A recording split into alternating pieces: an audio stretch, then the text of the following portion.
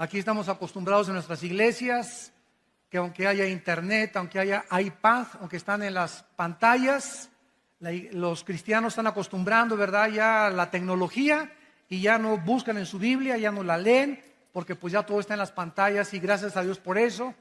Pero ustedes deben de traer su Biblia a la iglesia. Es muy importante eso. Primera de Reyes, capítulo 11. Le damos la bienvenida a nuestro programa internacional de televisión cristiana, Vida Nueva para el Mundo. Y tenemos como tema en esta tarde la inmoralidad de Salomón. La inmoralidad de Salomón. Primera de Reyes, capítulo 11. Pero el rey amó, además de la hija de Faraón, a muchas mujeres extranjeras, a las de Moab, las de Amón, las de Edom, a las de Sidón y a las heteas, gentes de las cuales Jehová había dicho a los hijos de Israel: no os llegaréis a ellas, ni ellas se llegarán a vosotros, porque ciertamente harán inclinar vuestros corazones tras sus dioses. A estas pues se juntó Salomón con Amor, el jacarandozón de Salomón. Tuvo 700 mujeres reinas, 300 concubinas, y sus mujeres desviaron su corazón. Y cuando Salomón era ya viejo, las dejó. ¿Eso dice? No, ¿verdad? En esta época podríamos llamarle rabo verde. Porque el que crea que un viejito ya no es atraído por las muchachas, qué equivocados están. Cuando ya era viejito Salomón, sus mujeres inclinaron su corazón tras dioses ajenos y su corazón no era perfecto con Jehová su Dios, como el corazón de David su padre. Porque Salomón siguió a Astoret, diosa de los sidonios, y a Milcom, ídolo abominable de los amonitas. E hizo Salomón lo malo ante los ojos de Jehová, y no siguió cumplidamente a Jehová como David su padre. Edificó Salomón un lugar alto a Quemos, ídolo abominable de Moab, en el monte que está enfrente de Jerusalén, y a Moloc, ídolo abominable de los hijos de Amón.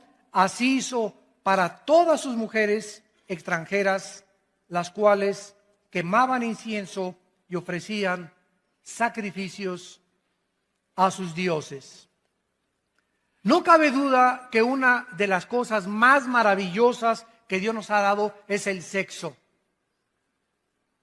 El sexo es precioso, maravilloso, encantador, celestial, usado dentro de la esfera del matrimonio y nunca fuera del matrimonio. Dios ha puesto una limitación en todas las cosas que nos ha dado. Nos dice Dios: puedes dormir, pero no te pases de 8 horas.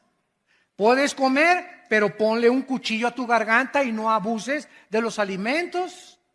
Puedes disfrutar el sexo, pero solamente te permito usarlo dentro de la dimensión para lo cual lo diseñé y dentro de la esfera donde el hombre es responsable de la mujer y la mujer es responsable de dejarse tocar solo por su marido.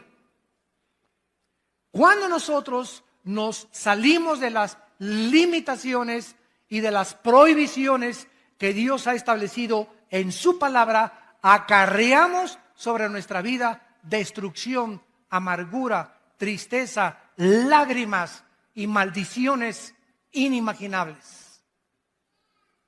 Si una persona busca el placer continuamente sobre Dios, sobre su familia y responsabilidades, entonces el placer se convierte en un monstruo que acaba devorándonos. Y es un placer que estás alimentando y alimentando con la pornografía o con viendo a las mujeres o desnudándolas de los ojos, de los pies arriba, etcétera, etcétera. Pero cuando te das cuenta, hay un monstruo dentro de ti ya que te tiene totalmente atado y dominado y que posiblemente sea la causa por la cual Dios ha impedido las bendiciones sobre tu vida. De la misma manera, las riquezas y el lujo no son pecado. No es pecado ser rico, ni ser millonario, ni tengas envidia porque un hermano llega en un Mercedes-Benz, o porque un hermano llega en un BMW, o porque alguien trae un Ferrari. Si la envidia fuera tiña, como dice el dicho mexicano, ¿verdad? ¿Cuántos estarían tiñosos? Sin embargo, hay muchas personas que tienen el derecho de traer un Mercedes-Benz y un carro. ¿Por qué? Porque en la misma proporción le dan a la obra de Dios. Porque no solamente los ricos son avaricientos, sino que hay pobres que son peor de avaricientos y de codiciosos que los mismos ricos. Entonces la avaricia y la codicia no solamente es de los ricos, también es de los pobres. Es que yo no tengo para darle para Dios, eres un codicioso y ambicioso, y como dijo don Teofilito, y ahí te quedarás en la mediocridad porque no has entendido que al darle a Dios, Dios te puede bendecir y multiplicar la cosecha. Pero por tu incredulidad y tu avaricia no puedes jamás llegar a comprarte más que tu bochito que traes.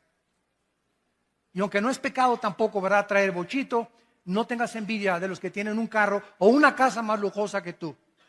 Hay millonarios en Estados Unidos que gracias a ellos ganan $1 millón al mes y dan 600, 700 mil dólares al mes a los misioneros y a las iglesias en el mundo entero, y viven con 300 mil dólares al mes. Y como ve Dios que le dan más del diezmo y más, y el dinero no lo guardan y lo guardan y lo guardan y lo guardan, Dios los sigue bendiciendo porque Dios está buscando instrumentos a través de los cuales canalizar sus bendiciones al mundo. Pero si Dios te da y le echas y le echas y le guardas y le guardas y ahí va a llegar un momento en que se cierra la llave y todo lo que tienes aquí se va a hacer un agujero y se te va a salir. O vas a gastar pagando en un secuestro, o vas a gastar en un accidente o en el hospital, pero el diablo va a venir por lo que guardamos y le robamos a Dios. Porque o se lo damos a Dios o se lo damos al diablo. Y más vale que se lo des a Dios, porque el devorador viene a arrebatarnos lo que ya perdió la bendición sobre Dios. La vida de Salomón es un ejemplo poderoso y trágico de lo que le puede suceder a cualquier persona que se abandona a los placeres de la vida y se olvida de Dios. Salomón alcanzó bendiciones inimaginables de Dios, de prominencia, de reputación internacional y de una sabiduría que la Biblia dice en el Nuevo Testamento que después de Cristo, el hombre más sabio que ha existido desde Adán y Eva se llama Salomón. Pero los placeres y el lujo acabaron con los talentos y los dones que Dios le dio a Salomón y comenzaron poco a minar su corazón hacia Dios, a debilitar más y más su carácter, acabando por destruir su vida espiritual. Vamos pues a nuestro pasaje y vamos a analizar en primer lugar las dos principales causas de la caída de Salomón. Y antes les recuerdo lo siguiente. El hombre más sabio de la historia, Salomón, y el hombre más fuerte de la historia no fue Charles Atlas ni Rambo, fue Sansón. Al hombre más sabio de la historia y al hombre más fuerte de la historia los derrotó una mujer. Y las mujeres, por otro lado, se podrán dar cuenta el poder tan grande que existe en ustedes sobre nosotros. Una mujer derrotó a Sansón, Dalila, tu sobrina, y a Salomón, no solamente una, ¿verdad?, sino que se sirvió con la cuchara grande, como lo vamos a ver. Bueno, dice aquí en el versículo 1, el rey Salomón amó, además de la hija de Faraón, o sea que tenía corazón de condominio. Además de la hija de Faraón, y había mucho en aquel tiempo de matrimonios políticos. Los reyes muchas veces se casaban con la hija del rey de Francia, con la hija del rey de Inglaterra, o con la hija del rey del Líbano, etcétera, etcétera, para hacer en aquel tiempo alianzas políticas. Y muchos matrimonios eran forzados. Solamente se casaban, ¿verdad?, por mantener una alianza política y unirse política y diplomática y económicamente como naciones. Salomón, además de la hija de Faraón, amó a muchas mujeres extranjeras de Moab, de Amón, de Edom, de Sidón, a las Eteas. En el libro de Éxodo capítulo 34, Dios había prohibido a los reyes, a los que le conocían como Jehová, a los que habían entendido que eran regidos por leyes, aparte civiles, leyes espirituales, les había prohibido lo siguiente. Éxodo 34, versículo 12, guárdate, les dijo Dios, de hacer alianza con los moradores de la tierra donde has de entrar, para que no sean tropezadero en medio de ti. Derribaréis sus altares, quebrantaréis sus estatuas y cortaréis sus imágenes de acera, porque no te has de inclinar a ningún otro Dios, pues Jehová, cuyo nombre es celoso, Dios celoso es. Por tanto, no harás alianza con los moradores de aquella tierra, porque fornicarán en pos de sus dioses y ofrecerán sacrificios a sus dioses, y te invitarán y comerás de sus sacrificios, tomando de sus hijas para tus hijos y fornicando sus hijas en pos de sus dioses. Harán fornicar también a tus hijos en pos de los dioses de ellas. En el Nuevo Testamento, en 2 de Corintios capítulo 6. Para que no diga alguien, eso fue para el pueblo de Israel en el Antiguo Testamento. Dice Pablo en la segunda carta a los Corintios, capítulo 6, versículo 14 en adelante. No se unan en yugo desigual con los incrédulos. Porque, ¿qué compañerismo tiene la justicia con la injusticia? ¿Qué comunión la luz con las tinieblas? ¿Qué concordia, o sea, qué acuerdo? ¿Qué sinfonía es la palabra en el griego sinfonesis? Se tradujo concordia. ¿Qué sinfonía hay cuando llega la banda de Huipanguillo a tocar con la Sinfónica Nacional de México? Imagínense la novena sinfónica de Beethoven. Y llegan a la banda de Huipanguillo, ta, ta, ta, ta. Inmediatamente te das cuenta, ¿verdad? Aquí no hay ritmo, no hay armonía, ¿verdad? No hay musicalidad. Exactamente se usa esta palabra, que no hay sinfonía, porque tú estás ta, ta, ta, y la otra está tocando la nueva sinfonía. Pero si tú eres cristiano, tú estás con la sinfonía de Beethoven y llega la otra que increíble, ta, ta, ta, a desbalancear tu vida, a sacar tu vida, a cambiarte tu cultura, a cambiarte tu enfoque, a contaminarte y finalmente acabas sirviendo a la religión y a los dioses o a aquellos que tiene la persona equivocada en tu vida. Dice la Biblia en el versículo 16, y qué acuerdo entre el templo de Dios y los ídolos, porque ustedes son el templo del Dios viviente, como Dios dijo. Vamos a seguir esto y explicarlo más claramente para que podamos entender y proseguir con nuestra conferencia. Si yo soy cristiano, estoy bajo el gobierno de Dios, que es la luz. Dios es luz. Sin embargo, el cristiano puede salirse del control de Dios en el momento en que rompo sus leyes y me introduzco inmediatamente otra vez de donde me sacó Dios. Paso otra vez como cristiano, aunque no pierdo la salvación, a estar bajo las tinieblas. Cuando estoy en las tinieblas, en el momento que una muchacha me gusta y yo soy cristiano y me caso inclusive con ella, en ese momento me meto al terreno donde ella está. ¿Por qué? Yo no puedo estar así. No podemos servir a dos amos. En el momento en que yo acepto mi compromiso con una persona que no es cristiana, estoy saliéndome, lógicamente, de los mandamientos de Dios. Estoy ya en desobediencia, porque Dios me dice en su palabra que yo no me case con una mujer que no sea cristiana o con un hombre que no sea cristiano. Entonces, al estar en el mundo de las tinieblas, pero yo me sigo llamando cristiano. Bueno, en el Antiguo Testamento así les pasó a los sacerdotes. Decían a Baal lo adoraban e iban al templo a adorar a Dios. Tú puedes decirte llamando lo que tú quieras, pero tú vives en desobediencia a Dios. Y en ese momento, las tinieblas conquistan tu corazón. En lugar que digas, pues se va a convertir.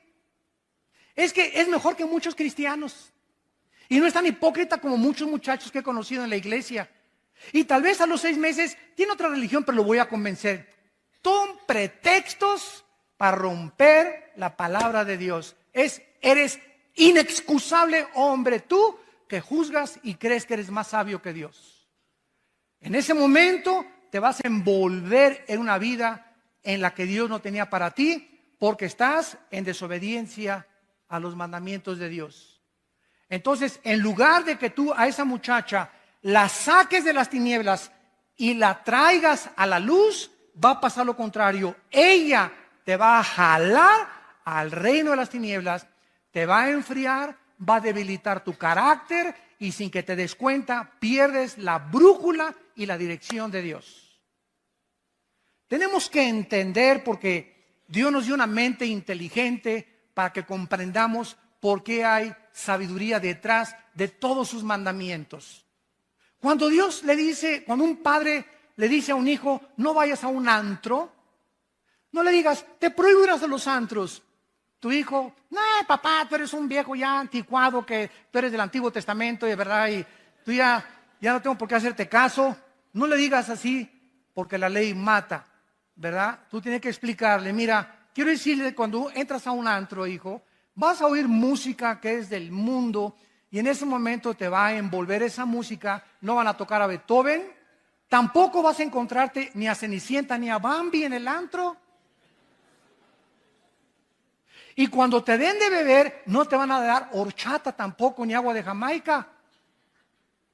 Entonces va a haber un ambiente ya preparado por Satanás, bebidas preparadas por Satanás, personas preparadas por Satanás, mujeres con ropa casi nada, sin que te des cuenta.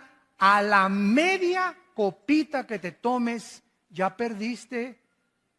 Ya, muchacha que me escuchas, porque cuando te tomas la mitad, te tomas el vaso entero después. Y cuando te tomas el vaso entero, se te olvida hasta que eres hija de Dios. Ya te conviertes en hija de Moloch. Ya dejas que tu novio te haga lo que quiera, te dejas tocar, te dejas acariciar al movimiento y al grito y al medio ambiente. Y cuando te das cuenta, ¿verdad? No sabes ni con quién amaneciste. Dios tiene un propósito para decirnos lo que Él nos dice. Vivimos en un mundo completamente, dice en 1 Juan 5, controlado por Satanás. El medio ambiente, la música, todo está con el propósito de embaucarnos, de entramparnos, de jalarnos a ese mundo del cual Dios nos sacó y en el cual Dios no quiere que nosotros participemos de él. La primera causa que podemos descubrir de Salomón es su sensualidad hacia las mujeres. Salomón se unió a mujeres paganas, no creyentes, practicó la poligamia, Era un hombre que cuando veía a una mujer la veía de los pies a la cabeza, como ahorita los hombres. El 85%, para que lo sepan mujeres, el 85% de los hombres cuando las ve a ustedes, las ve de los pies a la cabeza, las barren de la cabeza a los pies. Así es el hombre del libidinoso. Así es el hombre desensual. El hombre es atraído 100% por el cuerpo de la mujer no tanto. La mujer puede ver un Charles Atlas, ¿verdad? Y pues sí, está guapo y todo, ¿no? Pero nosotros somos atraídos inmediatamente, ¿verdad? Buscamos las curvas, ¿verdad? Buscamos, ¿verdad? Las pechugas de pollo, etcétera, etcétera. Como dice un pastor allá en Argentina, comenzamos a buscar, ¿verdad? El cuerpo, el movimiento de licuadora de la mujer, etcétera, etcétera. Y todas estas cuestiones comienzan a nosotros a atraer nuestros ojos hacia ellas y el hombre se vuelve sensual. El hombre se vuelve débil y comienza su carácter a ser debilitado por causa de su sensualidad. Salomón dijo, oye, está guapísima esta mujer, Miss México, véngase para acá mi niña, aquí chencheche. No, pero déjame presentarte a Miss Estados Unidos. No, de veras, no, esta está guacha para acá mi nena también. No, te vamos a traer a Miss Perú. Ahora, imagínense ustedes, tú dices, bueno, Salomón, ¿verdad? Pero si tú tuvieras el dinero de Salomón, la fama de Salomón, el poder de Salomón, no lo culpemos. Cualquiera de nosotros hubiera hecho lo mismo. Porque separados de Cristo, nada podemos hacer. Si no hacemos lo que hacemos ahorita, y muchos hombres no lo hacen, es porque no han tenido la oportunidad de hacerlo. Porque por la gracia de Dios hemos sido librados de tentaciones. Pero hay otros que han caído porque se han olvidado de Dios. Y al salirse de la luz, son presa de las trampas de Satanás. Porque Dios promete en 1 Corintios 10:13 que ninguna tentación nos ha sobrevenido que no sea humana. Sino que fiel es Dios, el cual cuando venga la tentación, si estás en la luz, ojo, si estás en la luz y en la mañana oraste y en la mañana leíste la palabra de Dios y viene doña tentación a tocarte la puerta, mandas a Jesús a que le abra la puerta, no la abres tú. Y Dios te libre de la tentación porque sabe librar Dios, 2 de Pedro 2:9, a los piadosos. Pero si la tentación te agarra fuera de la luz, viviendo en las tinieblas, en desobediencia a los mandamientos de Dios, te vas con la tentación. Así, por más santo y más espiritual que te creas, la carne es débil, débil, débil, débil, débil. No juguemos con doña Coqueta. Vemos pues que Salomón desobedece estas leyes de Dios y además vean estas frases en el versículo del 2 al 4. Versículo 2, regresamos a 1 Reyes 11, le dice Dios, harán inclinar tu corazón. Versículo 3, desviarán tu corazón. Versículo 4, inclinarán sus mujeres tu corazón. Versículo 4, su corazón finalmente no era perfecto para con Dios. Vamos a explicar esto. El corazón en la Biblia se traduce en el hebreo con la palabra lev. L de Lola, E de Enrique, B de Víctor. Lev. En el Nuevo Testamento es la palabra cardios con K. De ahí viene la palabra cardíaco o cardiovascular, etcétera, etcétera. Entonces, la palabra corazón significa el asiento de mis emociones, de mis sentimientos, de mi voluntad y de mi intelecto. En el momento en que mis emociones son atraídas por otra persona que no es mi esposa, o por un muchacho que no es cristiano, o por una muchacha que no es cristiana, mis emociones son infectadas. Mis sentimientos me comienzan a engañar porque engañoso es el corazón más que todas las cosas. ¿Quién le conocerá? Y una vez que estás debilitado emocionalmente, debilitado sentimentalmente y debilitado emocionalmente, caes fácilmente y tu corazón acaba apartándose de Dios. Le das a esa mujer el lugar de Dios, la conviertes en una diosa, conviertes en ese hombre en un dios. ¿Quién es un ídolo? Cualquier cosa que nos robe los afectos, nuestro tiempo y nuestra devoción a Dios. Puede ser el fútbol, pueden ser las mujeres, puede ser tu amante, puede ser tu esposo, puede ser el dinero, puede ser el placer, cualquier cosa a la que yo le dé más tiempo, más devoción y más dedicación que a Dios es un ídolo. No solamente una estatua a la cual me inclino, algo que ha robado el primer lugar de Dios en mi corazón. En segundo lugar, vemos nosotros que aparte de que el corazón es el centro de nuestras emociones, en el libro de Oseas, en el Antiguo Testamento, capítulo 7, versículo 9, dice la Biblia: devoraron extraños su fuerza, y él no lo supo. Canas le han cubierto, y él no lo supo. ¿Cuál es el mensaje aquí del Espíritu Santo? Bueno, a veces llegamos al espejo y, caray, no me había visto esta cana. Caray, aquí tampoco esto. Y pasan 3 meses, caray, estoy lleno de canas.